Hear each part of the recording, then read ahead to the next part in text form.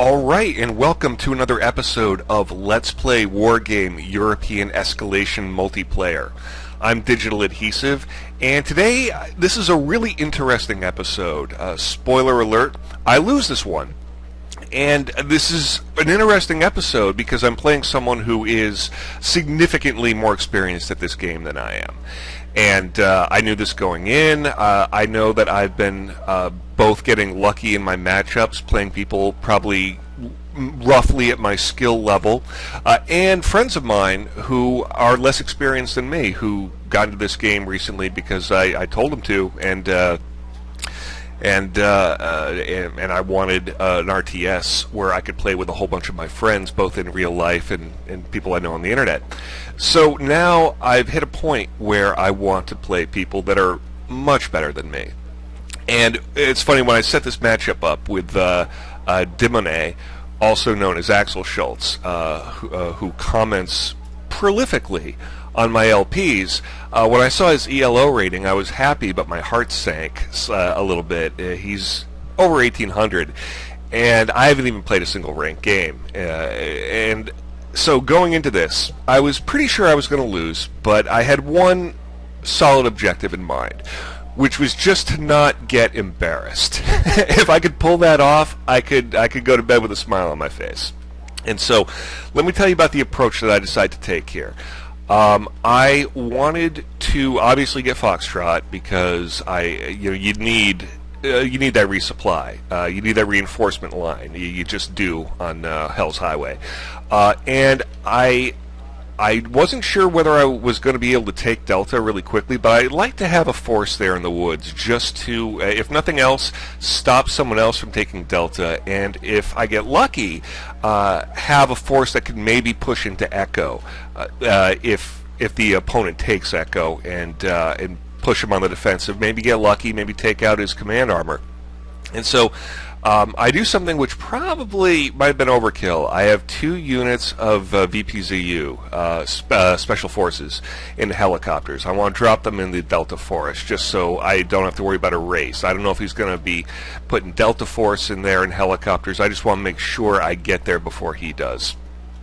I have a core force to go to Foxtrot. I'm just going to pause it real quick. 3 units of Machschützen, a scout armor, 2 Tunguskas, a Shrum for anti-tank activity, and I have also 3 more units of Machschützen and a Tunguska, which I want to take to support the VPZUs over to Delta.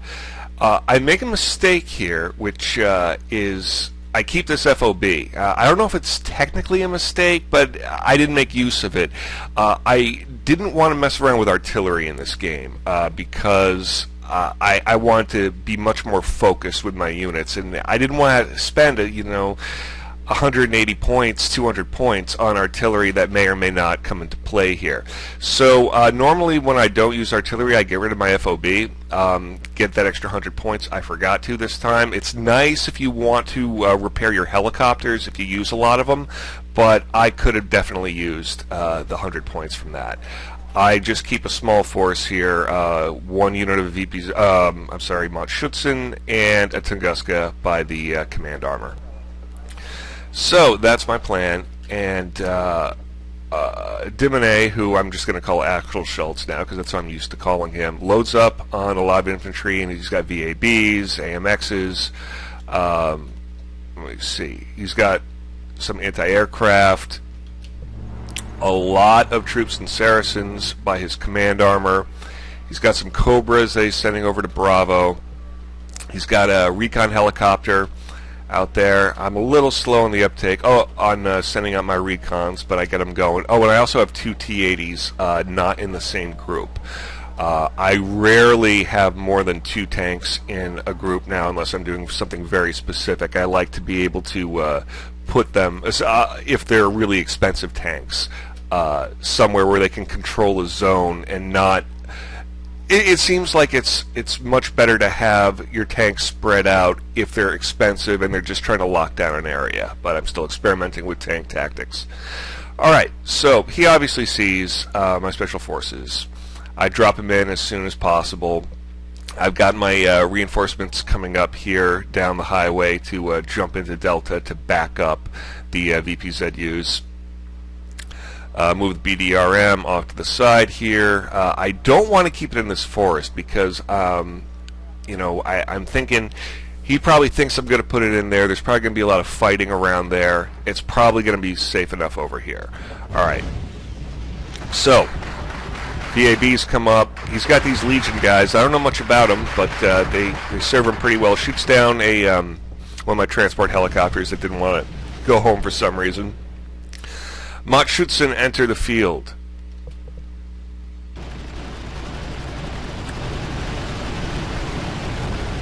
Big shootout in the forest.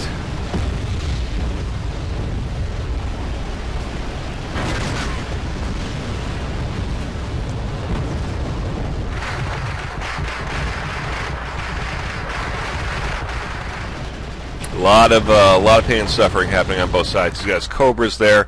Of course, I don't have my Tunguska where I want it to be, and he's able to snipe into the forest. I pull my troops back a little bit to get him out of the LOS of the Legion so he can't keep sniping me with his Cobras. And I send my Tunguska over here finally to try and drive these guys away. He's got a Mephisto up here. My T-80 spots it and puts a round right through it. It backs up. And he's got a solid control over Echo here. Tons of units, tons of infantry. I'm not going in there right now. And I've got a presence in Delta still. I was able to rebuff his initial attack. I've got a Tunguska up here to ward off these Cobras in case they decide to come by and harass my troops in the forest again. And he's sending 2 more VABs down here. Finally take out that last Legion, guys. So there's 20 Legion in this building, and they decide to come into the forest again. And we get into a big old firefight. He sends them back. Tunguska takes out a Cobra, misses the second one, hits it again, 2 Cobras down.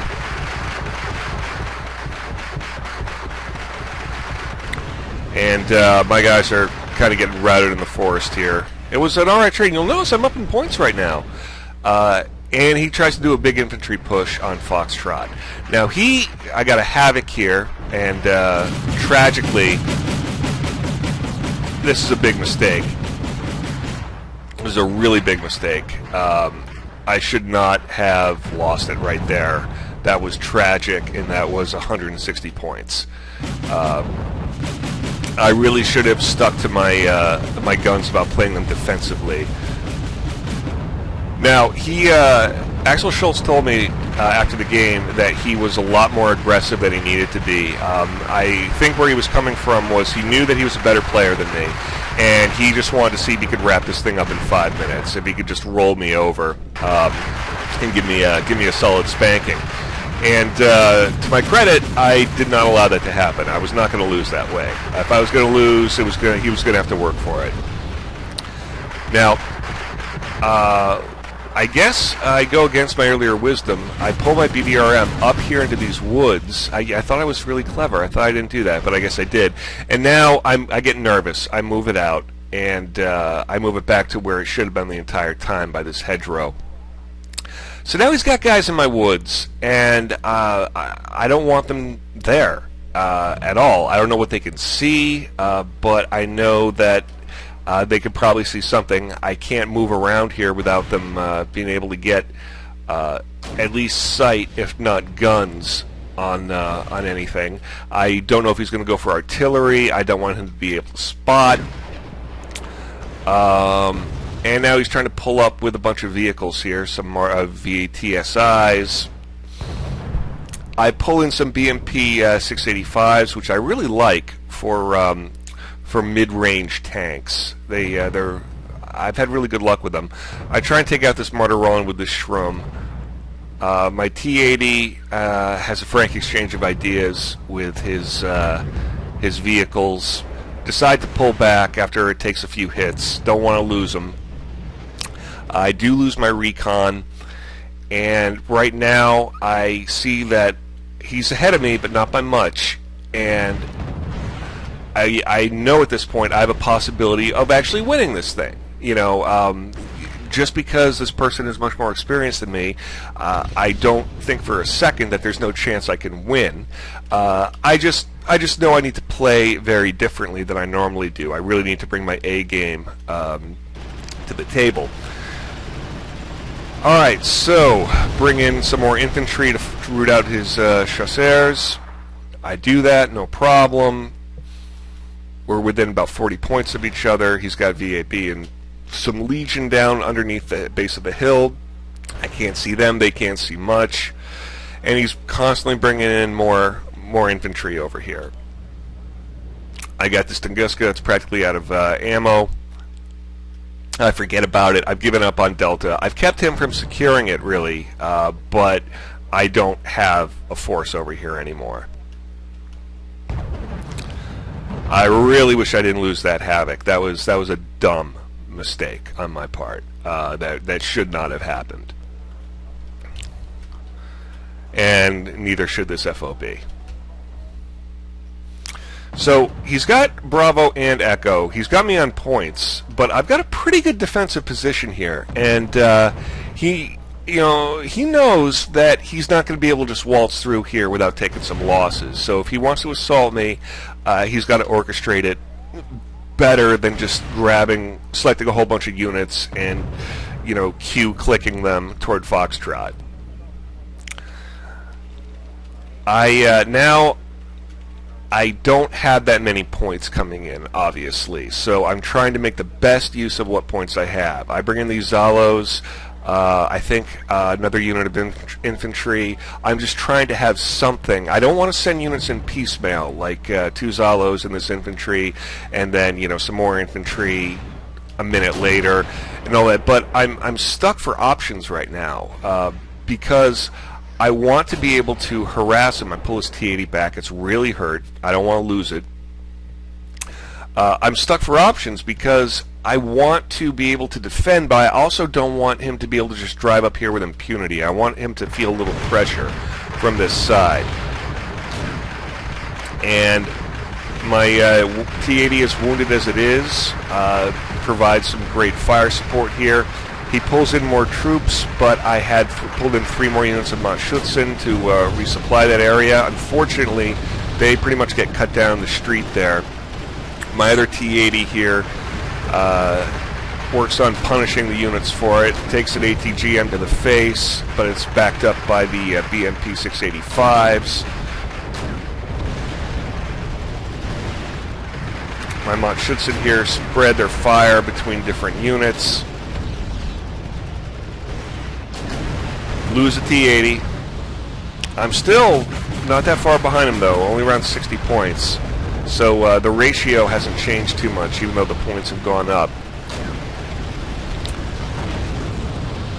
He's got 60 Legion troops in here. I mean, he is just swarming me with infantry. But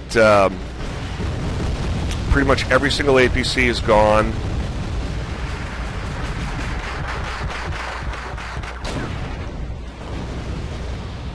Wow, what a fight. Alright, over here, I'm bringing my Zalos up along with some infantry. Take out a couple of units there.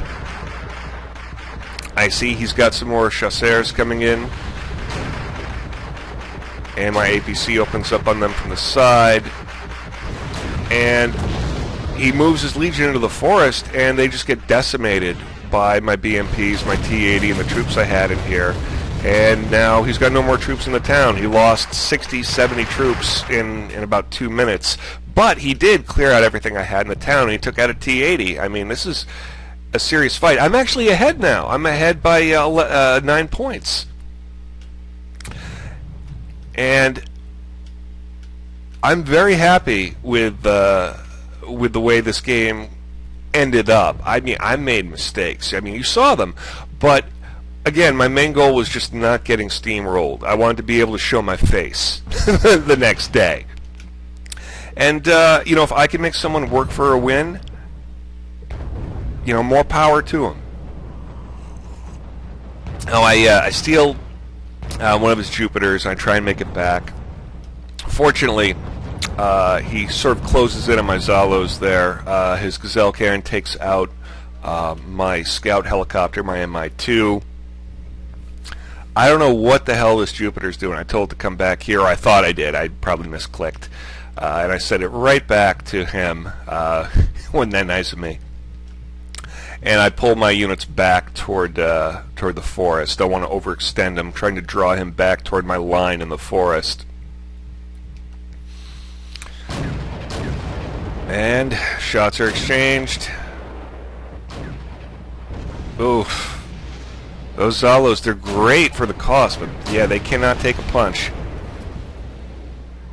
Probably should have pulled them back to the forest. Lose them all. They're all dead, just like that. Just like that.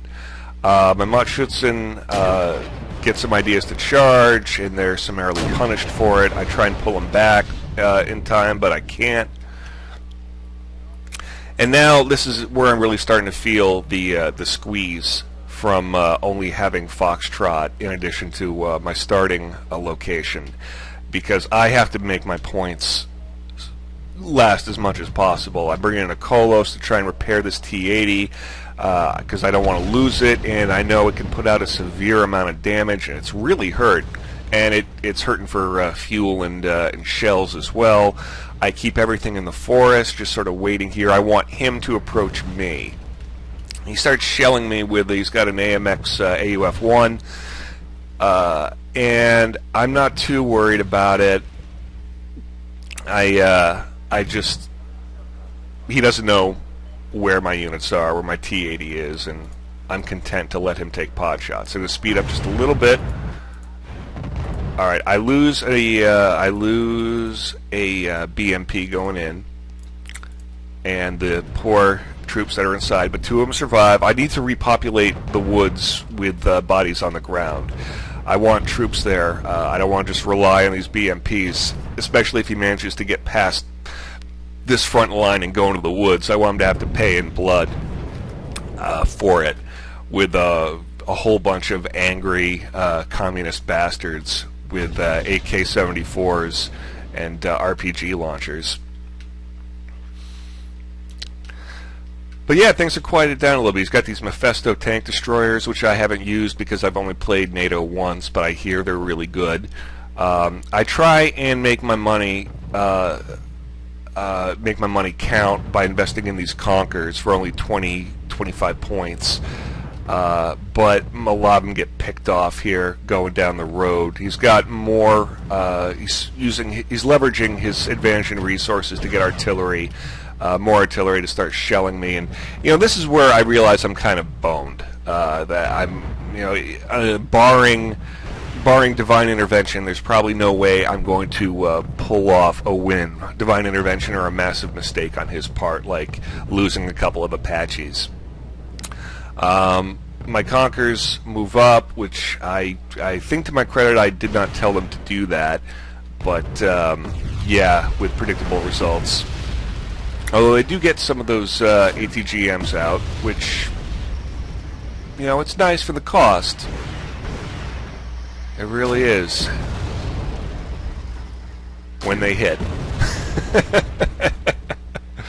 Oh, mercy. Ah, poor Conker. Conker's bad Cold War day. Dead. Alright, so he just needs like 120 points to seal the deal here, 130 points. So, I pull up one of my remaining T-80s here to the edge of the forest just to try and take some pot shots at anything that goes by, and hoping they can't see me. Nothing like a T-80 round just sailing out of a forest. And I pick off a Mephisto, but, I mean, this guy's a good player. He's not going to give me a lot of free kills. He's going to give me a couple, though. I pull out a T-64A, best I could do. Take out one of his martyrs. His Bradley is... Yeah, saw that coming. Oh, he needs, like, 73 points. and he's not concerned about making them up right now. Unfortunately, he's got eyes on my T-80. That missile really hurt. And is this the one that does it? Yep. That's the game. It was an amazing game, though. It really was. And I gotta tell you, I was not doing long division in my head while I was playing this guy. I mean, all of my focus and attention was going into this game. And to my credit, I feel pretty pleased with my performance here. But I want to make a point about learning in general, whether you're learning a game or a trade or a new skill. If you really want to get better at something, you got to remove your ego from it. You got to have no ego at all. And that's where I'm at with this game. You know, I want to play these good players, and that doesn't mean I want to play assholes that are, you know, arrogant as all hell and just love crushing noobs. But, you know, I want to be forced to find a reserve of skill that I don't normally need when I play someone that I consider my peer or someone that is less experienced than me. Because when you're doing something outside of your comfort zone, you really learn a lot more, and you're forced to adapt. It's like I'm not a great artist, but here's another example from real life. I wanted to learn how to draw a couple of years ago. And I got myself a tablet, and I started, you know, making like crappy little web comics. And I showed my comics to a couple of friends of mine, and because they're friends of mine, they were nice, and they didn't really tell me that they were complete garbage. But then I found some really great artists, creative people who really knew what they were doing, and they weren't. They were nice, but they were like, oh yeah, wow, you drew this, okay, you need to work on this and this. This is horrible, you got to fix this part, and I don't know what you were thinking with this. And I was a little crushed. But I went back, I tried to fix it, and every time I tried to put out a new piece of work, I would show it to them, because it wasn't a hug box, you know, it wasn't a circle jerk, and they would tell me, oh, hey, this is much better than last time, but you still need to work on this, and somehow this got worse. I don't know how you did that. And I am not a great artist by any stretch of the imagination. I'm not even a good artist, but it's really gratifying to sort of look back at where I started and where I went and see a noticeable difference, all because I looked for people who would tell it to me straight what the problems were, where I was weak, and what I needed to do to improve. And for any discipline that you want to get better at, whether it's a game, again, whether it's a trade skill, a craft, whatever, you got to get the ego out of there. Your ability in a game or a skill doesn't reflect on you as a person at all. It doesn't reflect on your worth. It doesn't reflect on anything. So all ego does is get in the way. So with that rant done, I hope you enjoyed watching this game as much as I enjoyed playing it and presenting on it. And until next time, I'm DigitalAdhesive, and take care.